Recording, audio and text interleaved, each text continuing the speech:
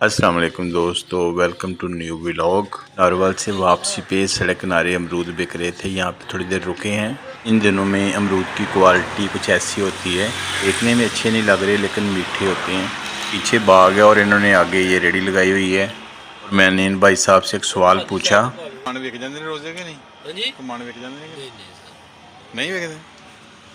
और उन्होंने बताया था कि अमरूद बहुत कम बिक रहे हैं। वहाँ पे पड़ा हुआ था काला नमक, मैंने थोड़ा सा चखा, बड़ा लजीज था। ये तो नींबू है।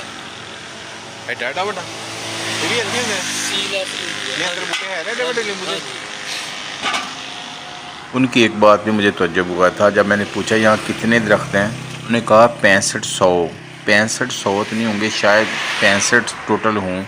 जब से कारपेट सड़क बिछी है तब से ट्रैफिक बढ़ गई है और ज़्यादा ट्रैफिक का इन्हें भी फ़ायदा होता है।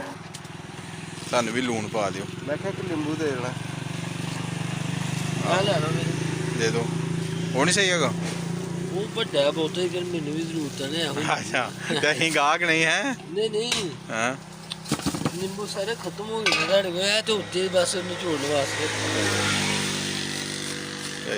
उन्होंने हमें एक और लीमू देने से इनकार कर दिया था, कहते थे कि हमने और गाहक भी भुगताने हैं। चलें ठीक है, शुक्रिया दोस्तों, अल्लाह हाफिज़।